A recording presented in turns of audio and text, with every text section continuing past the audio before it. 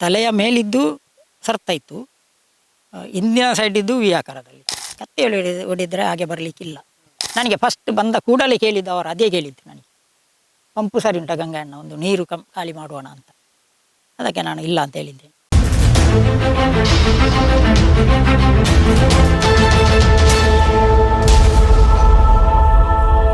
ಸೊಲ್ಮಿಲಾನ್ welcome to our YouTube family Kudla Rampage. ನಿಮಗೆಲ್ಲರಿಗೂ ಕೂಡ ಗೊತ್ತಿರುವ ಹಾಗೆ ಸುಮಂತ್ನ ಒಂದು ನಿಗೂಢ ಸಾವು. ಸೊ ಆ ಸಾವಿಗೆ ಸಂಬಂಧಪಟ್ಟ ಹಾಗೆ ಸುಮಂತ್ನ ಮೃತದೇಹ ಕೂಡ ಸಿಕ್ಕಿರುವಂತದ್ದು ಒಂದು ಕೆರೆಯಲ್ಲಿ. ಸೊ ಆ ಕೆರೆಯಲ್ಲಿ ಒಂದು ಕತ್ತಿ ಕೂಡ ಸಿಗುತ್ತೆ, ಮತ್ತೊಂದು ಟಾರ್ಚ್ ಲೈಟ್ ಕೂಡ ಸಿಗುತ್ತೆ. ಆ ಕತ್ತಿಗೆ ಸಂಬಂಧಪಟ್ಟ ಹಾಗೆ ಗಂಗಯ್ಯ ಗೌಡ್ರು ಆ ಭಟ್ರ ಮನೆಯ ತೋಟದಲ್ಲಿ ವರ್ಕ್ ಮಾಡ್ತಾ ಇದ್ರು ಅಂತ ಹೇಳಿದ್ರೆ, ಎದುರುಗಡೆ ಒಂದು ಭಟ್ರ ಮನೆ ಇದೆ. ಭಟ್ರ ಮನೆಯಲ್ಲಿ CCTV ಇತ್ತು, ಆದ್ರೆ ಆ CCTV ವರ್ಕ್ ಆಗ್ತಾ ಇರ್ಲಿಲ್ಲ ಸುಮಾರು ದಿನಗಳ ಹಿಂದೆ. ಸೊ ಆ ಭಟ್ರ ಮನೆಯ ತೋಟದ ಕೆಲಸವನ್ನು ಮಾಡ್ತಾ ಇದ್ದಂಥ ಗಂಗಯ್ಯ ಗೌಡ್ರು, ಸೊ ಅವರ ಕತ್ತಿ 6 ತಿಂಗಳ ಹಿಂದೆ ಆ ಕೆರೆಗೆ ಬಿದ್ದಿತ್ತು ಅನ್ನುವಂತ ವಿಚಾರದಲ್ಲಿ ನಮ್ಮ ಜೊತೆಗೆ ಗಂಗಯ್ಯ ಗೌಡ್ರೆ ಇದ್ದಾರೆ. ಅವ್ರು ನಾನು ಮಾತಾಡಿಸ್ತಾ ಹೋಗ್ತೀನಿ. ಒಂದು 6 ತಿಂಗಳ ಹಿಂದೆ ಅದು ನನಗೆ ನೆನಪುಂಟು. ಒಂದು ನಾನು ತೋಟದ್ದು ಹುಲ್ಲು ತೆಗೆಯುತ್ತಾ ಇದ್ದೆ, ಮಷೀನಿಗೆ ಒಂದು ರೋಪ್ ಆಗ್ತಾ ಇರುವಾಗ ನನ್ನ ಕೈ ತಪ್ಪಿ ಬಿದ್ದಾಯಿತು. ಹಿಡ್ಕೊಳ್ಳಿಕ್ಕೆ ಅದು ಬಿದ್ದಾಯಿತು. ಅದು ನನ್ನ ಮತ್ತೆ ಮೊನ್ನೆ ನೋಡುವಾಗ ನೀರು ಖಾಲಿ ಮಾಡುವಾಗ ನಾನು ಎಲ್ಲಿ ಬಿದ್ದಿದೆ ಅದೇ ಜಾಗದಲ್ಲಿ ಇತ್ತು, ಹಾಗೇನೆ ಇತ್ತು. ಅದು ನಿಮ್ಮದೇ ಕತ್ತಿ ಅಂತೇಳಿ ಹೇಗೆ ಗೊತ್ತಾಯಿತು? ಅದು ನನ್ನ ಕೆಲಸ ಮಾಡುವ ಕತ್ತಿ, ನಾನು ಕೆಲಸ ಮಾಡುವ ಕತ್ತಿ ಅದು. ನಾನು ಬೇರೆ ಸುಳ್ಳು ಹೇಳುವುದಿಲ್ಲ, ನಂದಲ್ಲ ಅದಲ್ಲ ಹೇಳಿದೆ. ಯಾಕೆ ಹೇಳಬೇಕು, ನಾನು ಕೆಲಸ ಮಾಡುವಂಥದ್ದೇ ಕತ್ತಿ ಅದು. ಮೊನ್ನೆ ನೀರು ಅವರು ತೆಗೆಯುವಾಗ ಫಸ್ಟ್ ಆಫ್ ಆಲ್ ಬಂದು ನೋಡಿದೆ, ಯಾರೋ ಹೇಳಿದರು ಕತ್ತಿ ಉಂಟಂತ. ಆವಾಗ ನಾನು ಬಂದು ನೋಡಿದೆ. ಎಂತ ಹೇಳಿದರೆ, ಬೇರೆ ಅರ್ಧದಿದ್ದರೆ ನಂದು ಅಂತ ನಾನು ಒಪ್ಪಿಕೊಂಡ್ರೆ ಅದಾಗ್ತದ? ಇಲ್ಲಲ್ಲ. ನಾನು ಬಂದು ನೋಡುವಾಗ ಅದು ಕತ್ತಿ ನಂದಿ. ನನ್ನ ಕೈ ಎಲ್ಲಿ ಜಾರಿ ಬಿದ್ದಿದೆ ಅಲ್ಲಿಯೇ ಇತ್ತು, ಅದು ಕತ್ತಿ ನಂದಿ. ಆವಾಗಲೇ ನಾನು ಹೇಳಿದ್ದೇನೆ, ಇದು ಕತ್ತಿ ನನ್ನದು, ಕೈ ತಪ್ಪಿ ಬಿದ್ದದ್ದು.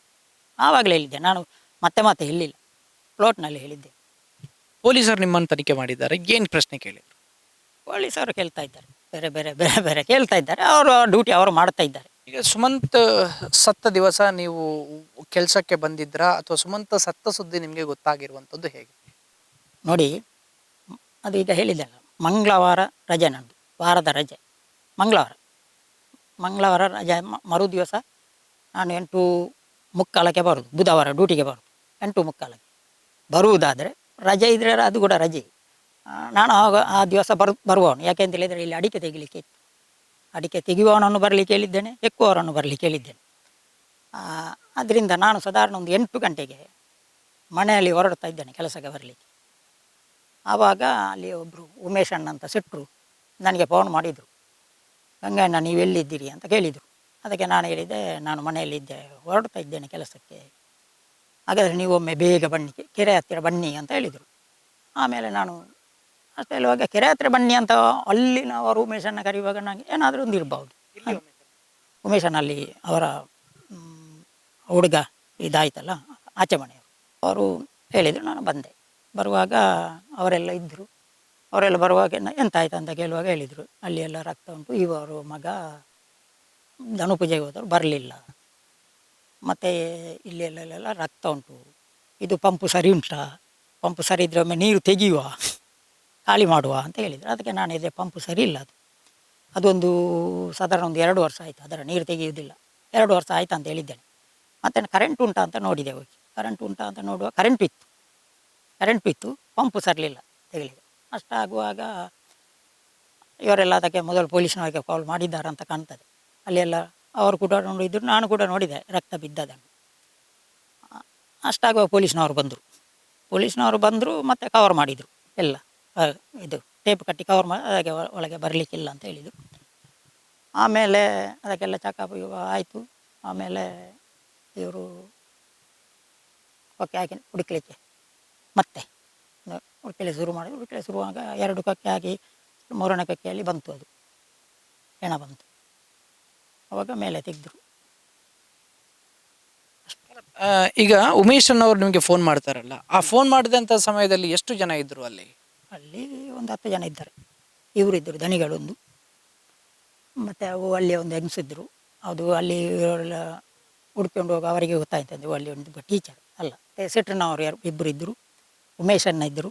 ಅಷ್ಟೊತ್ತಿಗೆ ದಿನೇಶ್ ಅಣ್ಣ ಬಂದರು. ಮತ್ತು ಮತ್ತು ಇಲ್ಲಿ ಒಬ್ಬಳು ಕೆಲಸಕ್ಕೆ ಬರೋ ಒಂದು ಹೆಂಗಸು ಇತ್ತು ಅಂತ ಅಷ್ಟೇ ನನಗೆ ಆ ಹೊತ್ತಿನಲ್ಲಿ ಜ್ಞಾಪಕ ಬರೋದು ಅಷ್ಟೇ. ಈಗ ನೀರು ಖಾಲಿ ಮಾಡುವ ಅಂತೇಳಿ ಯಾಕೆ ಹೇಳಿರುವಂಥದ್ದು? ಡೆಡ್ ಬಾಡಿ ಸಿಗ್ಲಿಲ್ಲ ಅದಕ್ಕಿಂತ ಮುಂಚೆ. ಅದು ಅವರ ಇಚ್ಛೆ. ಖಾಲಿ ಮಾಡಲಿಲ್ಲ ಅಂತ ಹೇಳಿದರೆ ಅವರಿಗೆ ಒಂದು ಖಾಲಿ ಮಾಡುವಾಗ ಅದರಲ್ಲಿ ಉಂಟಾ ಅಂತ ನೋಡಲಿಕ್ಕೆ ಏನಾದರೂ ಉಂಟಾ ಅಂತ ನೋಡಲಿಕ್ಕೆ ಆಗ್ಬಹುದಂತ, ಅದು ಅವರ ಡಿಸಿಷನ್. ಅವರು ನನ್ನ ಹತ್ರ ಕೇಳಿದ್ದು ಪಂಪು ಸರಿ ಉಂಟು, ಒಮ್ಮೆ ನೀರು ಖಾಲಿ ಮಾಡೋಣ ಅಂತ. ಆವಾಗ ಅದು ಪಂಪು ಸರಿ ಇಲ್ಲ ಅಂತ ಹೇಳಿದ್ದೆ. ಮೊದಲಿಗೆ ರಕ್ತ ನೋಡಿರುವಂಥವ್ರು ಯಾರು? ಅವರೇ ಶೆಟ್ರು, ಯಾರು? ಎದುರುಗಡೆ ಶೆಟ್ರು ಇಲ್ಲ ಅವರಿಗೆ, ಉಮೇಶ್ ಅಲ್ಲ, ಸ್ಟ್ರೈಟ್ ಇದ್ದಾರೆ. ಕೆರೆ ಇದೆ, ಕೆರೆಯ ಸ್ಟ್ರೈಟ್ ಒಂದು ಮನೆ ಇದೆ, ಅವರು ನೋಡಿದಂತೆ ಅವರೇ ಮತ್ತೆ ಹೇಳಿದ್ದು, ನಾನು ನೋಡಿದ್ದು ಅವರೇ ನೋಡಿದ್ದು.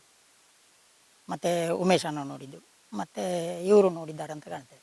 ಆ ಅಷ್ಟರಲ್ಲಿ ಇವರು ಕೂಡ ನೋಡಿದ್ದಂತೆ, ಆ ಹುಡುಗನ ಅಣ್ಣ ತಾಯಿ.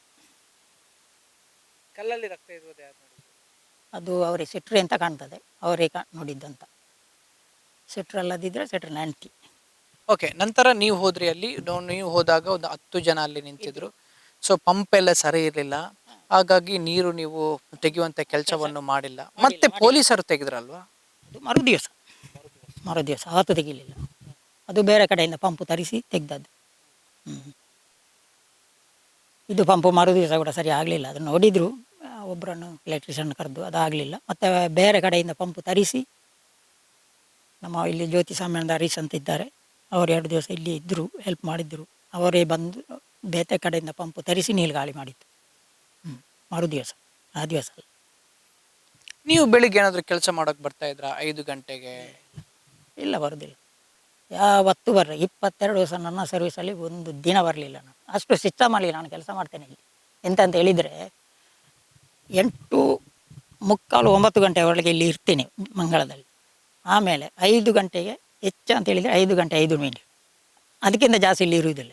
ನನಗೆ ಕೂಡ ನನ್ನ ಮನೆಯಲ್ಲಿ ಕೆಲಸ ಉಂಟು, ಕೃಷಿ ಉಂಟು, ಎಲ್ಲ ಉಂಟು. ನನಗೆ ಅದನ್ನು ಕೋಡಿಗೆ ನನಗೆ ಹೋಗಿ ಕೆಲಸ ಮಾಡಲಿಕ್ಕೆ ಉಂಟು, ಅದರದ್ದು ಕೂಡ. ನಾನು ಮಧ್ಯಾಹ್ನ ಹೋಗಿ ಕೂಡ ಸ್ವಲ್ಪ ಕೆಲಸ ಮಾಡ್ತೇನೆ ಅಲ್ಲಿ ಮನೆಯಲ್ಲಿ. ಮಧ್ಯಾಹ್ನ ನಾನು 1 ಗಂಟೆಗೆ ಹೋಗ್ತೇನೆ, 2 ಗಂಟೆಗೆ ವಾಪಸ್ ಬರೋದು. ಊಟ ಎಲ್ಲ ಮನೆಯಲ್ಲೇ ಮಾಡೋದು. ಮಧ್ಯಾಹ್ನದ ಅಲ್ಲಿ ಏನಾದರೂ ಕೆಲಸ ಮಾಡ್ತೇನೆ, ಆಮೇಲೆ ವಾಪಸ್ 2:30 ಗಂಟೆಗೆ. ನನಗೆ ಇಲ್ಲಿಯ ಜವಾಬ್ದಾರಿ ಬೆಳಿಗ್ಗೆ 8:45 9ರಿಂದ ಸಾಯಂಕಾಲ 5 ಗಂಟೆಯವರೆಗೆ ಮಾತ್ರ ನನಗೆ ಜವಾಬ್ದಾರಿ. ಮತ್ತು ನನಗೆ ಈ ತೋಟದ್ದು ಜವಾಬ್ದಾರಿ ಇಲ್ಲ, ಈ ಮನೆಯದ್ದು ಜವಾಬ್ದಾರಿ ಇಲ್ಲ. ಅದು ಜವಾಬ್ದಾರಿ ನನಗೆ ಕೊಡಲಿಲ್ಲ ಅವರು. ಅದು ಮೊದಲಿಂದಲೇ ಹಾಗೆ. ಅದು ಮೊದಲೇ ನಾನು ಹೇಳಿದ್ದೇನೆ, ನಾನು ನನ್ನ ಕೆಲಸ ಆಗಿ ಹೋದ ಮೇಲೆ ನಾನು ಈ ವಾಪಸ್ಗೆ ಬರುವುದಿಲ್ಲ. ಈ ತೋಡುಂಟಲ್ಲ, ಅದನ್ನು ದಾಟಿ ಹೋಗಲಿಲ್ಲ ಯಾವತ್ತು. ಸುಮಂತ್ನನ್ನು ಯಾವತ್ತಾದ್ರೂ ನೋಡಿದ್ದೀರಾ? ಅವನನ್ನು ಮಾತಾಡಿಸುವಂತ ಪ್ರಯತ್ನವನ್ನು ಮಾಡಿದ್ದೀರಾ? ಅಥವಾ ಸುಮಂತ್ನ ಗೆಳೆಯರನ್ನು ಯಾವತ್ತಾದ್ರೂ ನೋಡಿದ್ದೀರಾ? ಅವರು ಇಲ್ಲಿ ಬರುವಂತದ್ದನ್ನು ನೋಡಿದ್ದೀರಾ? ಧನು ಪೂಜೆಗೆ ಹೋಗುವಂತದ್ದನ್ನೆಲ್ಲ? ಇಲ್ಲ, ಧನು ಪೂಜೆಗೆ ಹೋಗುವುದನ್ನು ನೋಡಲಿಲ್ಲ. ಅವರೆಷ್ಟು 5 ಗಂಟೆಗೆ ಹೋಗ್ತಾರಂತೆ, ಅದು ನನಗೆ ಗೊತ್ತಿಲ್ಲ. ನಾನು ಇವನ ನೋಡಿದ್ದೇನೆ. ಇವನು ನೋಡಿದ್ದೆ ಶಾಲೆಗೆ ಇಲ್ಲಿಂದ ಹೋಗುವುದು. ಅಲ್ಲೇ ಬರ್ತಾನೆ, ಸೈಕಲಲ್ಲಿ ಇಡ್ತಾನೆ, ಸೈಕಲ್ನ ಹೋಗ್ತಾನೆ, ಸಾಯಂಕಾಲ ಬರುವಾಗ ಸೈಕಲ್ ಇಲ್ಲಿ ಇಡ್ತಾನೆ, ಆಮೇಲೆ ನಡ್ಕೊಂಡು ಹೋಗೋದು. ಮತ್ತು ಅವನ ಫ್ರೆಂಡ್ಸನ್ನು ಕೂಡ ಈ ವರ್ಷ ನಾವು ಇಲ್ಲಿ ಇದು ಮಾಡ್ತಿದ್ರು, ಎಂಥದ್ದು ಪ್ರಾಜೆಕ್ಟ್ ನೀರಿನಲ್ಲಿ, ಸೈನ್ಸ್ ಪ್ರಾಜೆಕ್ಟ್ ನೀರಿನಲ್ಲಿ ಮಾಡುತ್ತಿದ್ದರು. ಎಂಥ ಅದಕ್ಕೆ ಫ್ಯಾನ್ ತಿರುಗಿಸುವುದಂತೆ, ಅದಕ್ಕೆ ಒಬ್ಬ ಸಾರು ಬರ್ತಿದ್ರು. ಇಬ್ಬರು ಏನೋ ಹೀಗೆ ಇವರೆಂತ ಕಳೆದ ಇಬ್ಬರು ಏನೋ ಅದಕ್ಕೆ ಏನೋ ಸಹಾಯಕರು ಬೇಕಿತ್ತಂತೆ, ಅವನ ಫ್ರೆಂಡ್ಸ್ನವರು ಬರ್ತಿದ್ರು. ಅದು ನೋಡಿದ್ದೆ, ನಾನು ಕೂಡ ಇಲ್ಲಿ ನಿಂತ್ಕೊಂಡು ನೋಡ್ತಿದ್ದೆ ಅದನ್ನು. ಇಲ್ಲಿ ಯಾರಾದರೂ ಅಡಿಕೆ ಕಳ್ಳರು ಏನಾದರೂ ಬಂದಿರುವಂಥದ್ದು, ಅಡಿಕೆ ಕದ್ದಿರುವಂಥದ್ದು ಏನಾದರೂ ಇದೆಯಾ? ಇಲ್ಲ, ಒಂದು ಅಡಿಕೆ ನಾನು ಇವತ್ತು ಹೇಳ್ತೇನೆ, ನಾಳೆ ಹೇಳ್ತೇನೆ, ಒಂದು ಅಡಿಕೆ ಇಲ್ಲಿಂದ ತೋಟದಿಂದ ನಮ್ಮಿಂದವರಿ ಇವರದ ಒಂದು ಎಕ್ಕಿದವರು ಯಾರೂ ಇಲ್ಲ, ಅಂಥ ಮನುಷ್ಯರಿಲ್ಲ. ಒಂದು ಅಡಿಕೆ ಅಥವಾ ಒಂದು ತೆಂಗಿನಕಾಯಿ ಎಕ್ಕಿದವರಿಲ್ಲ. ಕಾಲಿನಲ್ಲಿ ತೆಂಗಿನಕಾಯಿ ಕುಟ್ಟಿಕೊಂಡು ಹೋದರೂ ಎಕ್ಕುವುದಿಲ್ಲ. ನಮಗೆ ಗೊತ್ತಿಲ್ಲ, ಗಾಯ ನಿನ್ನೆ ಪೊಲೀಸ್ನವರು ತೋರಿಸಿದ್ದಷ್ಟೇ. ಅದು ಫೋಟೋದಲ್ಲಿ ನಿನ್ನೆ ತೋರಿಸಿದ್ರು, ಹೀಗೆ ನೋಡಿದ್ದೀರಾ ಅಂತ ಕೇಳಿದರು. ನಾನು ದೂರದಿಂದ ನೋಡಿದ್ದೇನೆ ಅಂತ, ಮತ್ತೆ ಹತ್ತಿರ ಕರೆಸಿ ನೋಡಿ ಹೀಗೆ ಗಾಯ ಉಂಟು ಅಂತ ಹೇಳಿದರು. ಅದು ಒಂದು ಇಲ್ಲಿ ಇತ್ತು, ಒಂದು ಈ ಸೈಡಲ್ಲಿ ಇತ್ತು. ತಲೆಯ ಮೇಲೆ ಯಾವ ರೀತಿಯ ಗಾಯ? ಅದು ಸರಿ ನೀಟಾಯಿತು, ಹೀಗೆ ಸರ್ತ ಇತ್ತು. ವೈಟ್ ಒಳಗಡೆದು ಕಾಣ್ತಾ ಇತ್ತು. ಸ್ವಲ್ಪ ಅಂತ. ಅಂದರೆ ಕತ್ತಿಯಲ್ಲಿ ಒಡೆದ ರೀತಿಯಲ್ಲಿತ್ತ ಅಥವಾ ತೆಂಗಿನಕಾಯಿ ಬಿದ್ದ ರೀತಿಯಲ್ಲಿತ್ತ? ಬರಲಿಕ್ಕಿಲ್ಲ, ಇಲ್ಲ ಹಾಗೆ ಬರಲಿಕ್ಕಿಲ್ಲ. ಕತ್ತಿಯಲ್ಲಿ ಹೊಡೆದ್ರೆ ಅದು ನೀಟದ್ದು. ಅಡ್ಡದ್ದು ಕೂಡ ಕತ್ತಿಯಲ್ಲಿ ಹೊಡಿದರೆ ಅದು ಒಂದು ನೋಡಿ ಸ್ವಲ್ಪ ಹೀಗೆ ಉಂಟು, ವಿ ಆಕಾರ. ಹಾಂ, ವಿ ಆಕಾರದಾಗಿತ್ತು. ಹಿಂದೆ ಮೇಲ್ಗಡೆ ಇತ್ತು. ಇದು ತಲೆಯ ಮೇಲಿದ್ದು ಸರ್ತ ಇತ್ತು. ಹಿಂದಿನ ಸೈಡ್ ಇದ್ದು ವಿ ಆಕಾರದಲ್ಲಿತ್ತು. ಸ್ವಲ್ಪ ವಿ ಆಕಾರ, ಜಾಸ್ತಿ ಅಲ್ಲ, ಸ್ವಲ್ಪ. ಅದು ಭಾರಿ ದೊಡ್ಡದಿಲ್ಲ, ಸಣ್ಣ. ಒಂದು ಎಷ್ಟು ಕೂಡ ಇಲ್ಲ, ಒಂದಿಷ್ಟು ಇಷ್ಟು.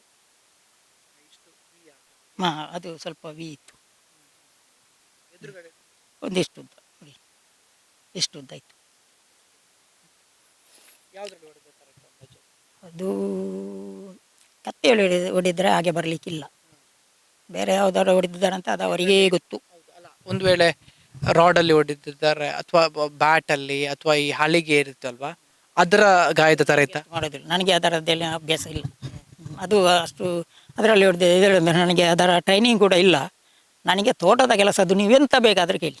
ತೋಟಗಳ ಕೆಲಸ, ಅಡಿಕೆ ಮರ ಹೇಗೆ ಬಿಡಿಸುವುದು, ಅದಕ್ಕೆ ಗೊಬ್ಬರ ಹೇಗೆ ಆಗೋದು, ಅದನ್ನೆಲ್ಲ ಕೇಳಿದರೆ ನಾನು ಉತ್ತರ ಕೊಡ್ತೇನೆ. ಇದಕ್ಕೆಲ್ಲ ಇದು ಎರಡೇ ತೋರಿಸಿದ್ದು, ಇದಕ್ಕೆಲ್ಲ ನಾನು ಉತ್ತರ ಕೊಡಲಿಕ್ಕೆ ನನಗೆ ಬರುವುದಿಲ್ಲ. ಸೊ ಒಂದು ಮೇಲ್ಭಾಗದಲ್ಲಿ ಮತ್ತೊಂದು ಈ ಸೈಡಲ್ಲಿ, ಎರಡರಲ್ಲಿ ಇತ್ತು.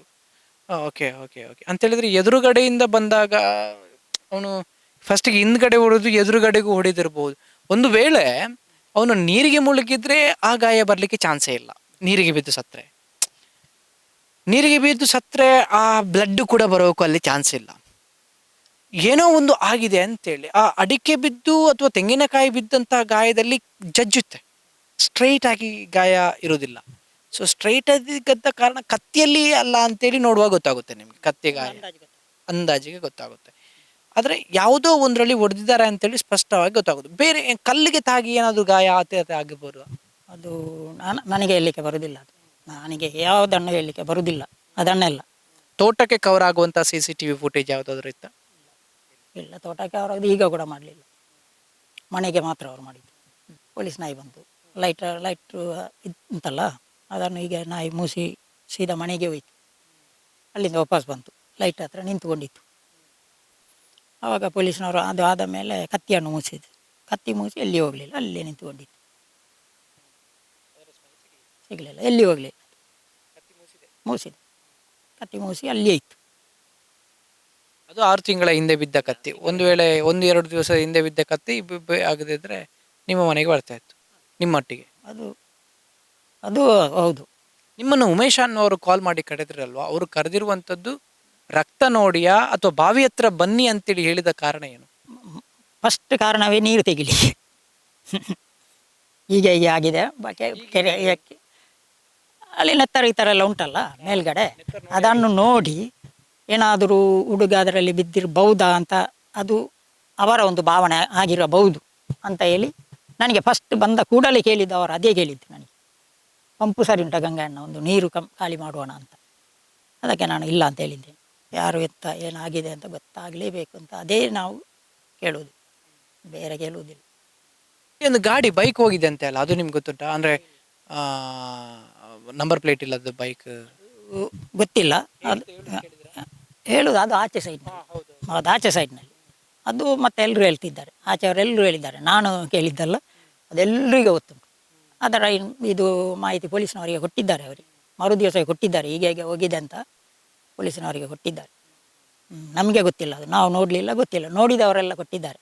ಸೊ ಇದಿಷ್ಟು ಗಂಗಯ್ಯ ಗೌಡ್ರು ಹೇಳುವಂತಹ ಮಾತು ಅಂತ ಹೇಳಿದ್ರೆ, ಗಂಗಯ್ಯ ಗೌಡ್ರು ಕೂಡ ನೋಡಿದ್ದಾರೆ, ಪೊಲೀಸರು ಕೂಡ ತೋರಿಸಿದ್ದಾರೆ ಅದು ಯಾವ ರೀತಿಯಾಗಿ ಗಾಯ ಇತ್ತು ಅನ್ನುವಂತಹ ವಿಚಾರದಲ್ಲಿ. ಸೊ ಅವರು ಹೇಳುವ ಪ್ರಕಾರ ಅದು ಕತ್ತಿಯಲ್ಲಿ ಹೊಡೆದಂತಹ ಗಾಯ ಅಲ್ಲ, ಮತ್ತೆ ಯಾವುದರಲ್ಲಿ ಹೊಡೆದಿದ್ದಾರೆ ಅನ್ನುವಂತಹ ವಿಚಾರದಲ್ಲಿ ಗೊತ್ತಿಲ್ಲ. ತೆಂಗಿನಕಾಯಿ ಮತ್ತೊಂದು ಮಗದೊಂದು ಬಿದ್ದರೆ ಆ ರೀತಿಯಾಗಿ ಗಾಯ ಇರೋಕೆ ಚಾನ್ಸೇ ಇಲ್ಲ, ಸಾಧ್ಯನೇ ಇಲ್ಲ ಅನ್ನುವಂತಹ ವಿಚಾರದಲ್ಲಿ. ಸೊ ಇವರಿಗೆ ಉಮೇಶ್ ಅನ್ನುವಂಥವ್ರು ಕಾಲ್ ಮಾಡ್ತಾರೆ. ಯಾಕಂತ ಹೇಳಿದ್ರೆ ಅಲ್ಲಿ ಬ್ಲಡ್ ಎಲ್ಲ ಇರುತ್ತೆ. ಸೊ ನೀರೇನಾದ್ರೂ ಖಾಲಿ ಮಾಡ್ಬೋದಾ, ನಿಮ್ಮ ಪಂಪು ಸರಿ ಇದೆಯಾ ಅನ್ನುವಂಥ ವಿಚಾರದಲ್ಲಿ ತಕ್ಷಣ ಬರ್ತಾರೆ. ಸೊ ಆ ನಂತರದಲ್ಲಿ ಪಂಪ್ ಸರಿ ಇರೋದಿಲ್ಲ, ನೆಕ್ಸ್ಟ್ ಡೇ ಬಂದು ಪೊಲೀಸರು ಅದರ ನೀರನ್ನು ಕೂಡ ಖಾಲಿ ಮಾಡ್ತಾರೆ. ಇವನ ಡೆಡ್ ಬಾಡಿ ಸಿಕ್ಕಿದೆ ನಂತರ. ಇದಿಷ್ಟು ಸುಮಂತ್ನ ಪ್ರಕರಣಕ್ಕೆ ಸಂಬಂಧಪಟ್ಟ ಹಾಗೆ. ನೆಕ್ಸ್ಟ್ ಏನೆಲ್ಲ ಡೆವಲಪ್ಮೆಂಟ್ ಆಗುತ್ತೆ, ಪೊಲೀಸರು ಯಾವ ರೀತಿಯಾಗಿ ಇದನ್ನು ಭೇದಿಸ್ತಾರೆ ಅಂತ ಹೇಳಿ ಕಾದು ನೋಡಿ.